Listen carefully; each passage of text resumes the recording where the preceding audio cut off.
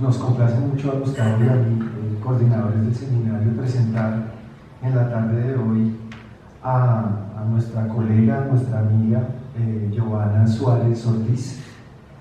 Giovanna es filósofa de la Universidad del Quindío, feminista, doctora en filosofía de la Universidad de Leipzig.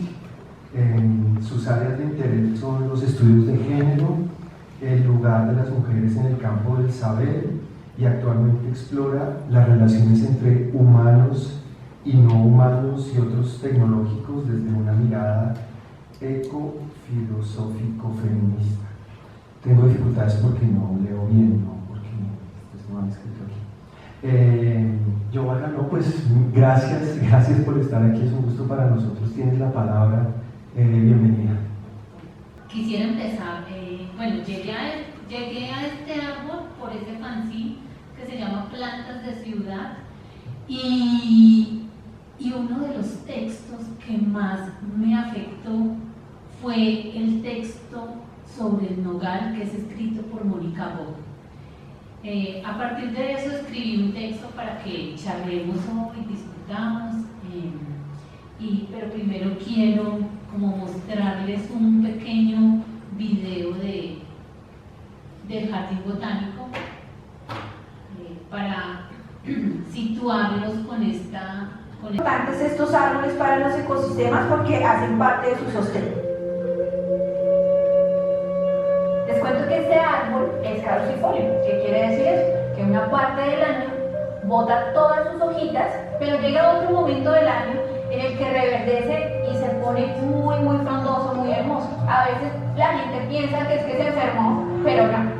Resulta que él es caducifolio. Estamos aquí con la semilla del árbol porque es una semilla muy utilizada por nosotros los seres humanos. Entonces quiero que la conozcan, quiero que la miren y la detallen. Aquí tenemos el fruto, como lo encontraríamos colgado allá en el árbol. Él cae, generalmente sale como de a 3, 4 fruticos. Cuando ya cae al suelo, se empieza a secar y los organismos que se encuentran en la microfauna del suelo lo empiezan a descomponer. Esta parte que nosotros vemos aquí afuera es solamente la cáscara. Cuando la cáscara ya está así arrugadita, toda esta microfauna del suelo, entonces pueden ver que hay, eso ahí es como una biodiversidad, si se dan cuenta, solamente, miren, se fue por ahí uno volando, y si seguimos abriendo, vamos encontrando que todos estos animalitos se alimentan de la parte como tierna del fruto. Pero ya después de esto nos queda la semilla toda peladita, miren, ya no tiene nada de la parte de afuera y ya vimos quiénes nos ayudaron a descomponer todo esto. Esto es muy fuerte, ya vienen otro tipo de animales que se encargan de ablandarla. Miren que ya acá está completamente blanca, ellos ya se comieron toda esta parte de acá que ustedes veían negras, son taninos. Nuestras indígenas utilizaban esos taninos para tinturar telas, dicen que para tinturar el cabello. Ese es el centro de la semilla. Acá vemos que hay como unos residuos de algo, esto era la almendra. Esa almendra que está ahí adentro es la real semilla. Todo esto fue solamente protección y se abrió la testa y la semilla realmente está aquí adentro. Esa semilla es una almendra deliciosa, si algún día tienen la posibilidad de comérsela. A muchos animales roedores les encanta comerse esta semilla, ellos abren estas testas, podemos ver que es bien bonita, forma como un corazoncito. Por eso los artesanos también la utilizan para hacer artesanías.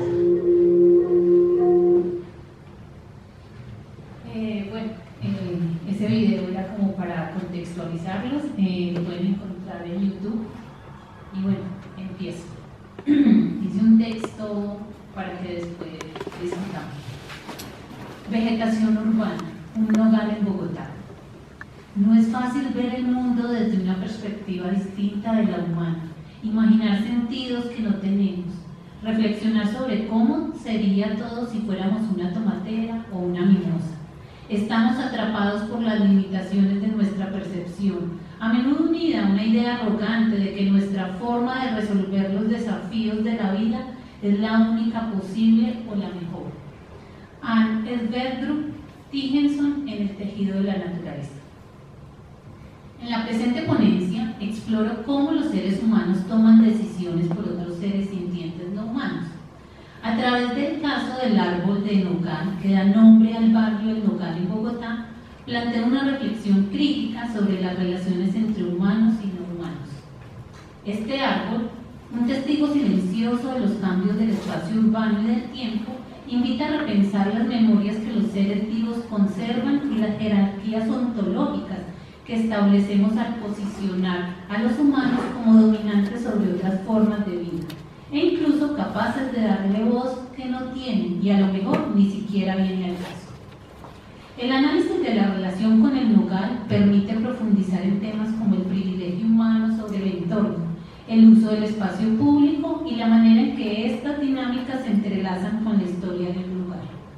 Al mismo tiempo, se cuestiona cómo las decisiones que parecen destinadas a proteger o preservar lo natural pueden ser simplemente intervenciones humanas que perpetúan estructuras de poder y desigualdad. De este modo, la ponencia abre una discusión sobre el lugar de la memoria y las interacciones entre los seres vivientes humanos y no humanos. La referida apertura es sustancial a los propósitos de este escrito, no solo porque hoy presento los primeros resultados de una investigación que apenas empieza, sino porque es apenas el tercer intento de apropiación explícita del método tentacular desarrollado por Donna Haraway en el marco de la apuesta de su apuesta SF, que es el feminismo especulativo. Digo que es como el tercer intento porque el primero fue con un texto que expuse en el Congreso Internacional Los Límites del Humano, que era presentar las tensiones entre humanos, no humanos y otros tecnológicos a partir del relato del tomo 6 de la Comisión de la Verdad, que se llama Cuando los pájaros no cantaban, y el relato es La masacre de las gallinas. El segundo intento es un artículo donde incluyo no solo el relato de la masacre de las gallinas, sino otros 3 relatos de ese mismo tomo 6, que pronto será publicado en un dossier de ecocrítica en Perifrasis. Sigo. El modo específico en que me acerco al procedimiento de Haraway es a través de la continuidad de fenómenos en torno a un tema central elegido más o menos arbitrariamente. Este tema sirve de polvo a tierra, pero también de trampolín para saltar hasta lugares que no siempre son de buen recibo en los trabajos más disciplinarios. Un árbol en la intersección de la historia. En la intersección de la calle 77 con la carrera 9ª en Bogotá se encuentra un imponente nogal, Juglans neotrópica, que ha resistido más de 2 siglos de historia. Este árbol, testigo de las transformaciones sociales, económicas y ecológicas de la capital colombiana, fue plantado en terrenos que pertenecían a una hacienda a principios del siglo XIX. A medida que la ciudad crecía a su alrededor, el árbol fue confinado a un pequeño espacio, expuesto a los cambios ambientales y urbanos que han marcado la expansión de Bogotá. Sin embargo, su supervivencia no ha sido producto de la durabilidad de la especie, ni de la fortaleza del individuo, ni de una serie de hechos fortuitos que lo han favorecido, sino de decisiones humanas. Decisiones que al mismo tiempo reflejan la tensión entre el deseo de control y la necesidad de preservación. Designado como especie insignia de Bogotá en 2002, este ejemplar ha contado con la protección de las autoridades locales y del Jardín Botánico de la ciudad. A pesar de los esfuerzos por mantenerlo en pie, ha mostrado signos de agotamiento en las últimas décadas, lo que ha requerido intervenciones quirúrgicas en varias ocasiones. Estas cirugías, aunque necesarias para prolongar su vida, plantean preguntas sobre nuestras relaciones con actores vivos e inertes, que no dependen necesariamente de los seres humanos para existir, eso que nombramos con el nombre genérico y poco preciso de naturaleza. Repito, las acciones humanas sobre el árbol interrogan nuestra relación con la naturaleza y también con el significado de preservar un árbol que no solo es símbolo de la ciudad, sino de uno de los pocos representantes de una especie al borde de la extinción por una devastación ecológica que comenzó en los tiempos de la colonia. nunca fuimos modernos. Para entender mejor la compleja relación entre seres sintientes humanos y no humanos que encarna el Nogal de Bogotá, podemos recurrir a las ideas de Bruno Latour en su obra Nunca fuimos modernos. Dado que para Latour la separación tradicional entre naturaleza y cultura es ilusoria, él parte del hecho de que los humanos y los no humanos siempre han estado entrelazados en una red de relaciones mutuas. Esta perspectiva, conocida como antropología simétrica, implica que para pensar estas relaciones debemos establecer una relación ontológica equivalente entre humanos y no humanos, esto es, sin privilegiar uno sobre el otro, sin considerar que la agencia de alguno de ellos es más importante, más efectiva, más necesaria. Lo anterior aclara la perspectiva con la que quiero abordar el problema. El Nogal que aquí me ocupa no es simplemente un objeto pasivo en el paisaje urbano bogotano, sino un actor que ha influido en la forma en que los humanos han organizado el espacio que lo rodea. No es solo un ser que necesita ser preservado por motivos estéticos o ecológicos, sino que forma parte de una red más amplia de relaciones sociotécnicas, que incluyen instituciones urbanas, decisiones políticas y factores técnicos que han influido en su supervivencia. Y no podemos olvidar cuestiones relativas a los privilegios de unas clases sobre otras. Cruce de dos temporalidades. El Nogal de la calle 77 no solo es el árbol más antiguo de Bogotá, sino también una entidad por la que se cruzan múltiples capas históricas que han dado forma a la ciudad. Como relata Mónica Bock en el fanzine Plantas de Ciudad, este árbol, cito, cuenta dos historias al mismo tiempo, la del maltrato y la del privilegio. Cuando se proclamaba la independencia de la ciudad y se convirtió así en un sobreviviente del exterminio que sufrieron sus semejantes durante la colonia, cuando se les talaba masivamente por el carácter sagrado que estos árboles tenían para los indígenas. Fin de cita. Los muiscas consideraban a los árboles de Nogal como entidades sagradas, vinculadas al Zipa, líder espiritual y político. A este interés religioso por la especie se sumó el interés económico de su madera. Con la urbanización del sector en 1929, cuando se fundó el barrio del Nogal, el árbol quedó confinado a un pequeño espacio delantero. En ese momento, los vastos potreros que rodeaban la hacienda se convirtieron en comercios y residencias de familias adineradas.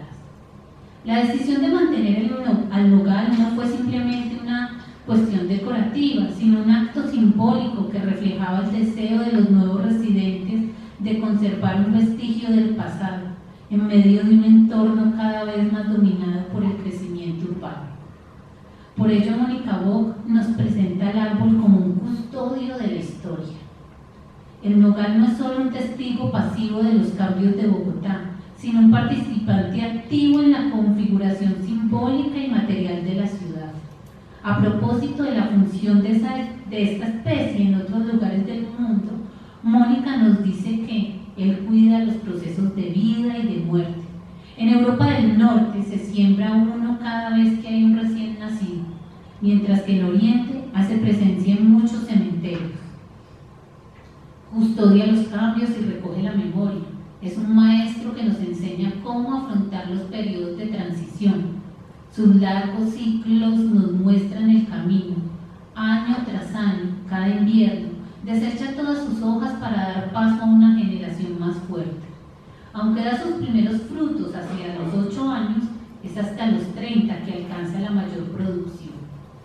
Aquí en la Bogotá moderna, el árbol no solo impulsó el nombre del barrio y de un famoso club del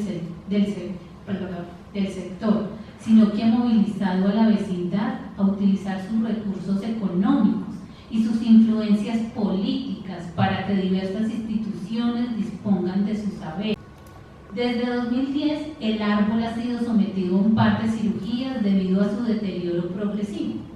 En la primera intervención se eliminó una porción de su corteza dañada, se aplicaron cicatrizantes y fungicidas para frenar el avance de enfermedades y se instalaron soportes para reforzar las raíces debilitadas.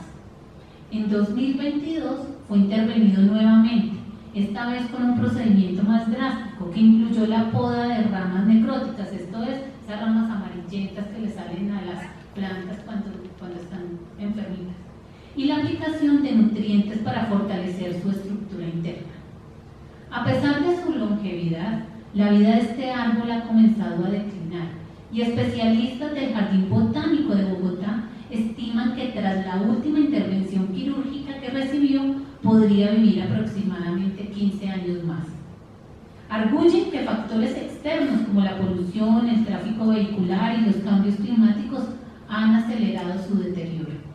No obstante, un ejemplar de Junglas neotrópica puede vivir poco más de 60 años en condiciones óptimas, pero este ha triplicado la vida de edad de sus congéneres. En comparación con otras especies, su esperanza de vida es significativamente menor. El nogal negro puede alcanzar los 400 años.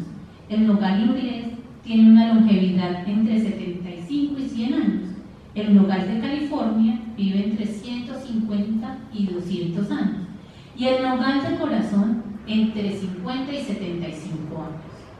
El nogal de Bogotá, aunque es nativo de zonas templadas de Europa y Asia, se ha adaptado bien en América Latina, donde en el marco del mercado ha sido valorado tanto por su madera como por sus frutos. Como sugiere Rossi Braidotti, en el conocimiento poshumano, los intentos de prolongar la vida de seres no humanos reflejan, en última instancia, una necesidad humana de control y dominación sobre la naturaleza. Esta noción de control está profundamente arraigada en la visión antropocéntrica que ha dominado las relaciones entre humanos y otros seres sintientes. Braidotti señala que nuestra tendencia a intervenir en los ciclos naturales, y especialmente cuando se trata de prolongar la vida de especies o de manipular sus procesos naturales, deriva de un deseo de reafirmar la supremacía humana sobre el mundo no humano. En este sentido, el acto de conservar o prolongar la vida de un árbol, como el Junglas neotrópica en Bogotá, aunque bien intencionado, también puede leerse como una manifestación de este impulso de dominación. Braidotti critica este enfoque antropocéntrico, sugiriendo que nuestras intervenciones en la naturaleza deben ser planteadas desde una óptica poshumana, que no se base en la explotación o el control, sino en una ética de coexistencia. Esta ética propone que en lugar de intervenir en los ciclos naturales de los seres no humanos, bajo la premisa de la preservación o el rescate, deberíamos adoptar una posición de respeto hacia sus ciclos vitales, aceptando que la muerte y la decadencia son procesos que forman parte de los ecosistemas. Así, la intervención humana debería enfocarse no en la imposición de soluciones artificiales, sino en crear las condiciones para que los ciclos naturales puedan desarrollarse sin perturbaciones externas innecesarias. En el caso del Junglas neotrópica de Bogotá, el análisis de Braidotti me lleva a preguntarme si los esfuerzos por prolongar su vida valen la pena, si simplemente reflejan nuestra incapacidad de aceptar su eventual desaparición, o si hay algo más para entender tras la existencia de este Matusalén arbóreo.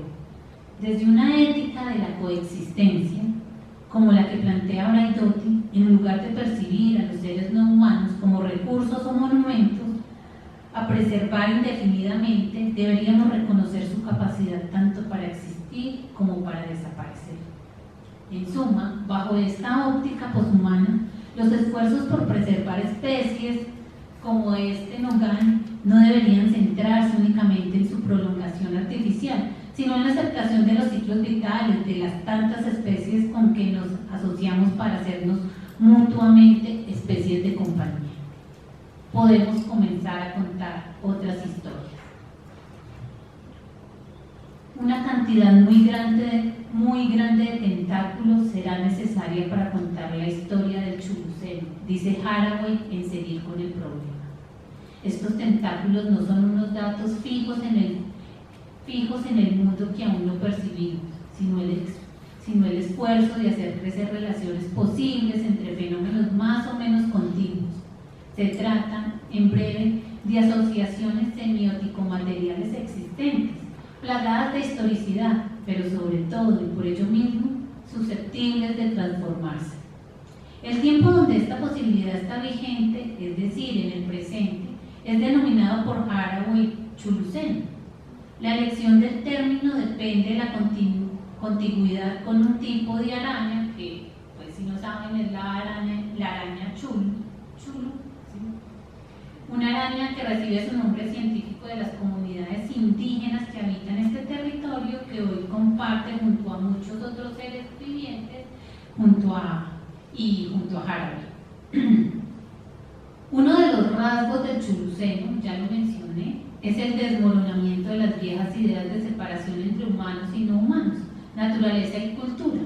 Haraway ve en el comportamiento de la araña un camino útil para enfrentar las crisis ecológicas y los conflictos asociados a estas. La araña teje su red uniendo puntos distantes en el espacio, creando conexiones. De la misma manera, nuestras investigaciones requieren una aproximación tentacular, una metodología en la que debemos conectar diversas formas de conocimiento, disciplinas, seres, objetos y prácticas. Como en la red de la araña, nuestras historias están entrelazadas con hilos múltiples, cada uno influyendo y modificando a los otros. En este sentido, investigar en la era del Chuluceno se basa en una serie de preguntas que nos pueden guiar. ¿De qué manera estamos ya entrelazados con los no humanos y cómo podemos profundizar en esas relaciones? ¿Qué historias podemos tejer a partir de las interacciones entre humanos y no humanos? ¿Cómo podemos transformar esas historias en metodologías que reflejen la complejidad de nuestro mundo tentacular? Contar historias en el Chuluceno es un acto de relación profunda. Las historias no son relatos lineales con un único protagonista, sino narrativas enredadas que cuentan otras historias, entrelazadas con seres y formas de vida que participan en su creación. Haraway nos recuerda que importa qué ideas sirven para pensar ideas, lo que nos lleva a considerar que nuestras investigaciones, al igual que nuestras historias, deben ser pensadas desde la relación, desde la práctica de hacer con o estar con, esa práctica que Haraway toma de Lynn Margulis, que es la práctica simpoética. En lugar de la autocreación, que es la práctica autopoética, que es la que critica tanto Lynn Margulis como Donna Haraway. No podemos contar una historia aislada, sino que necesitamos historias que reconozcan la multiplicidad de voces, seres y perspectivas que participan en la creación del mundo. El Chuluceno se estructura bajo el significante SF, de ese que les hablé al principio, que vengo tomando esa metodología de este significante, que abarca múltiples conceptos como figura de cuerdas, hechos científicos, feminismo especulativo, fabulación especulativa y ciencia ficción. Estas ideas, al igual que los tentáculos de una criatura, se entrelazan en nuestra práctica teórica y metodológica. El enfoque SF permite jugar con lo que tradicionalmente se considera rígido y científico, abriendo espacio para la especulación, la creatividad y la fabulación con modos de conocimiento. Nos permite contar historias que no se limitan a los hechos observables, sino que exploran lo posible, lo imaginado y lo especulativo. ¿Se entiende bien qué significa pensar el árbol más allá de la preocupación por prolongar su existencia? El ejercicio literario de Mónica y de Sara y de Diana es un esfuerzo tentacular en el que el árbol se entreteje con prácticas religiosas, violencias coloniales, estructuras económicas, tecnificación acelerada, procesos de urbanización. Seguro también se teje con otras especies de la zona, aves, hongos, musgos, humanos, insectos e incluso con minerales diversos. Relaciones que no pude explorar para esta ponencia, pues por el tiempo y porque no me he puesto a estudiar eso. Para contar nuevas historias asociadas al nogal desde una mirada tentacular, necesitamos no solo observar el árbol, sino también todas las conexiones que le rodean.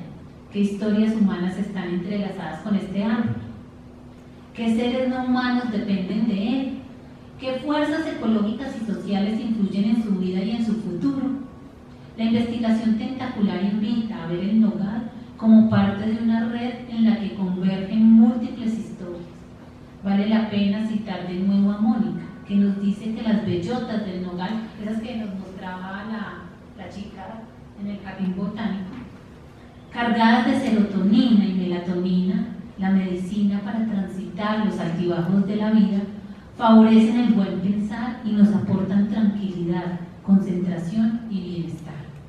Ese saber, arraigado en la biología del árbol, dialoga con las posibilidades especulativas SF. A pesar de que no se puede proporcionar una cifra exacta del costo de mantener este árbol emblemático sin datos específicos, algunos expertos sugieren que la preservación del nogal puede costar entre 5 millones y 15 millones al año, dependiendo de los cuidados necesarios. Sin embargo, más allá de su costo económico, lo que el nogal nos muestra es que existen seres no humanos cuyas vidas importan tanto o más que otras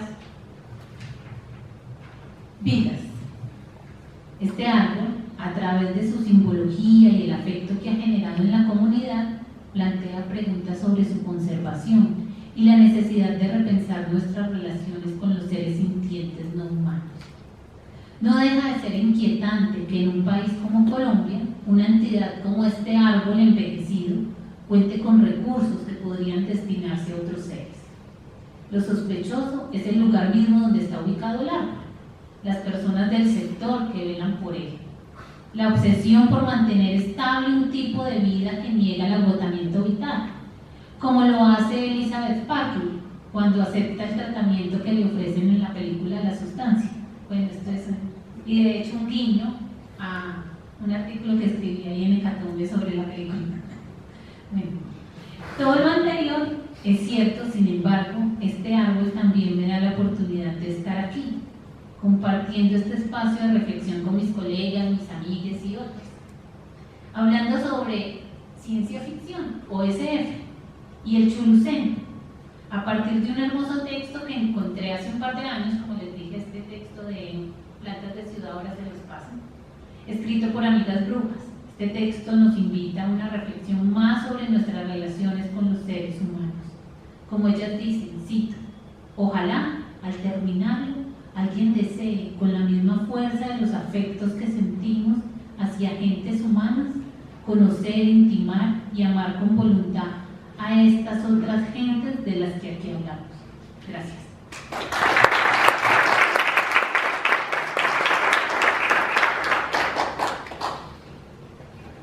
Si quieren ver los libros. Por favor, que regrese.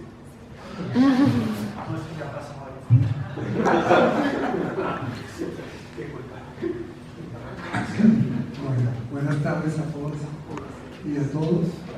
Quien desea intervenir, dialogar, comentar, armar un tentáculo, continuar un tentáculo. ¿Tú alzaste la mano?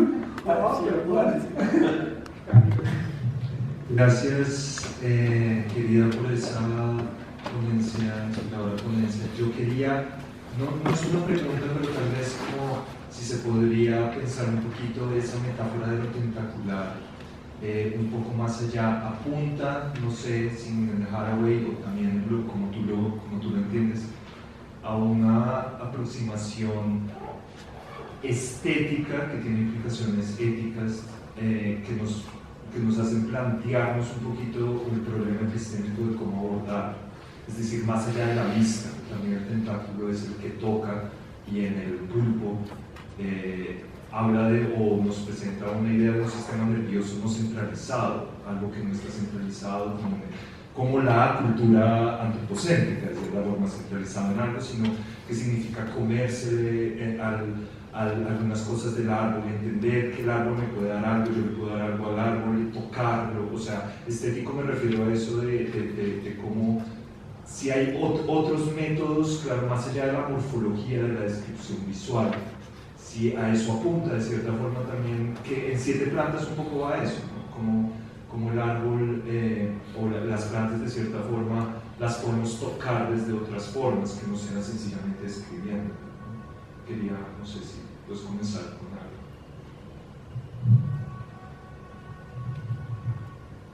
Gracias, Cami.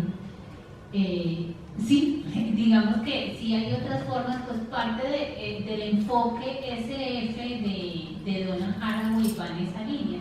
Por eso habla de ciencia ficción, de especulación feminista, como hay esos tentáculos se pueden,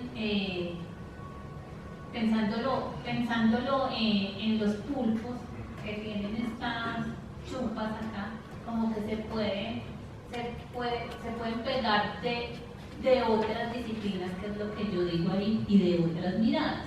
Trabajo actual, que es desde la línea ecocrítica.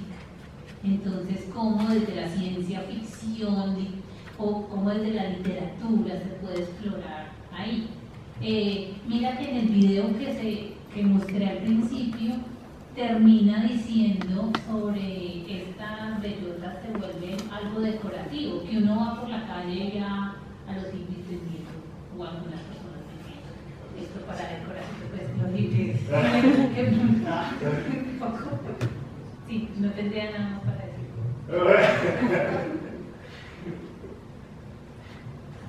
Una, mientras piensan. Bueno, siempre acaparo pero lo voy a decir. A ver, ayúdame con un asunto. Hay una relación no poshumana entre las personas, los habitantes del barrio en donde está el hogar, que han intentado prolongar la vida, como tú expones, la vida del árbol más allá de su cronología biológica natural, no sé si, tratando de prolongar la vida del árbol más allá de los tiempos que un árbol de esa especie tiene de vida. Lo que significa cierta verticalidad, jerarquía tecnológica, porque ha intervenido las cirugías a las que te refieres, entre los habitantes del barrio, digo los habitantes del barrio y no solo las decisiones urbanas de Bogotá, porque creo que pesa la élite en la que vive el árbol, ¿no? Me pregunta, entonces es esto. De todas maneras hay una especie de jerarquía. Recuerdo que en el libro que tanto citaste, de Donald Haraway y la metodología, hay un capítulo en que ella no niega la jerarquía, que tiene que ver con su perra. Su perra, en un determinado momento de la vida, por los años que tiene, se ha vuelto incontinente. Y ella tiene que ver si le da o no medicinas. Y prolongar los problemas de la perra, digamos, solucionar los problemas de salud de la perra en una situación que siempre ha reconocido de ella, con las perras que tiene, que además son de competencia y todo eso, que ahí siempre que ha habido una relación de jerarquía que no niega, ¿cierto? Entonces, de todas maneras, a mí lo que quiero saber es, el asunto que se me plantea es hasta dónde una posición como la de Rossi Braidotti, que implica respetar los ritmos, respetar los tiempos, etcétera, etcétera, no deja de ser, porque es descentrada respecto de lo antropológico, pero no deja de ser ingenua respecto de la relación que tenemos en la naturaleza, incluso en sentido tentacular. Sí. Es decir, ¿cómo podemos resolver el problema de las jerarquías, decisiones de ser humano, que es imposible que no las tengamos, incluso en el caso de descentrarlas respecto al humano? Es imposible que las decisiones antropogénicas, no antropocéntricas, sean importantes incluso para una relación que no sería de jerarquía, pero no puedes evitar la jerarquía. Es lo que yo quisiera mencionar que sean ricos o no, no importa, pues vienen a un colegio en otro lado, los niños quisieran también protegerlos. ¿Qué tal? Ok. Sí, ¿va en esa misma línea? Una parte y la otra. Listo, ok. Bueno, gracias yo, Sí, no, todo bien. Sí, yo muchas gracias. Sí, Yo lo tengo.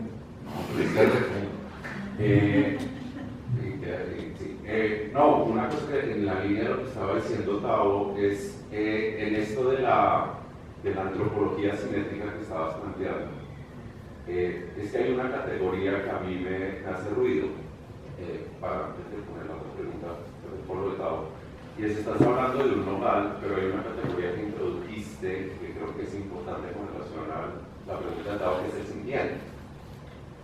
Es decir, si es una categoría que cubre lo viviente no humano, porque estamos hablando de un nogal, porque es más evidente la noción de sintiencia en los perros de Donna Haraway, en la medida en que podría uno establecer una línea, eso no es por responder, sino si la intervención también tiene que ver, voy a poner una cosa chiquita, una amiga que se volvió budista, que me introdujo una cosa, con sus gatos, cuando sus gatos estaban entrando y lo hablábamos a propósito de Haraway, tenía que tomar la decisión entre si prolongar la vida o no, el tipo de tratamiento. Y básicamente la decisión de ella, desde esta otra cosmología, tenía que ver con es mejor intervenir sobre la posibilidad de la sintiencia del dolor que de la prolongación artificial. Y a mí me parece una cosa rarísima porque es entonces si los límites de la intervención tienen que ver con una especie de empatía del sintiente y qué pasa cuando los entes como el vocal, es decir, el grupo de sonido, tienen que ver con la sintiencia. Eso es como una línea.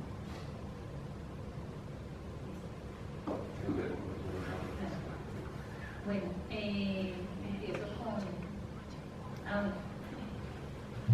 Empiezo con lo de Tao y lo conecto con lo de César.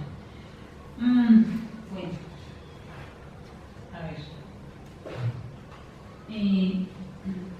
Creo que acá esta discusión en como Braidotti, Haraway y esto que planteas, Tao, sobre, espérate por acá, no te,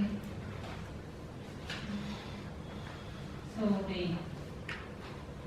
esta relación no poshumana de los habitantes del barrio y estas jerarquías que hay, pues que obvio las hay, y porque pues son los humanos los que tienen las tecnologías para hacer esto. Pienso con respecto a Braidotti que hay al principio del texto yo decía como, y como que lo ponía en forma de pregunta, como si, ¿por qué tanto afán de darle voz a estos seres, como que, ¿para qué? Pues digámoslo así, como, ¿y por qué? ¿O por qué prolongar la vida de estas especies de compañía, en el sentido de César? Y cada que hablamos o cada que se intenta hablar de estos seres, sacando un poco o sacando la voz humana, pues no hay posibilidad de sacarla, siempre está ahí. En esa medida yo, digamos que así Braidotti trate como de distanciarse y decir la crítica poshumana siempre es el humano que está hablando ahí. Haraway dice, por eso creo que dice, no soy poshumana y no me quiero encasillar con esa teoría, o no me quiero encasillar en el poshumanismo.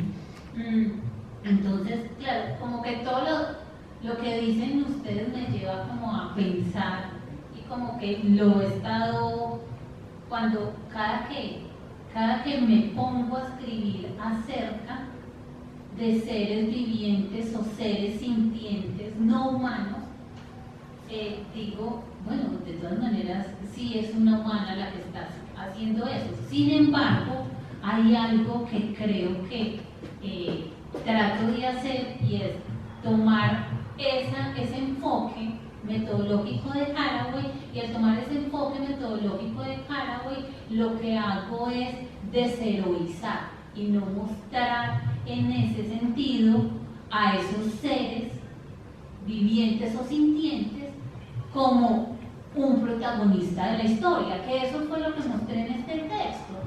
Lo que mostré fue un montón de redes que hacen que ese árbol esté ahí, que hacen que ese árbol también tenga a su lado otros seres sintientes, no sé, pues como los pajaritos, y están, no sé, los bichitos que están por ahí alrededor.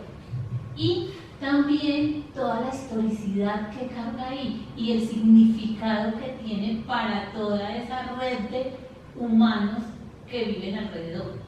Creo que por ahí es la cosa. Ahora me queda sonando todavía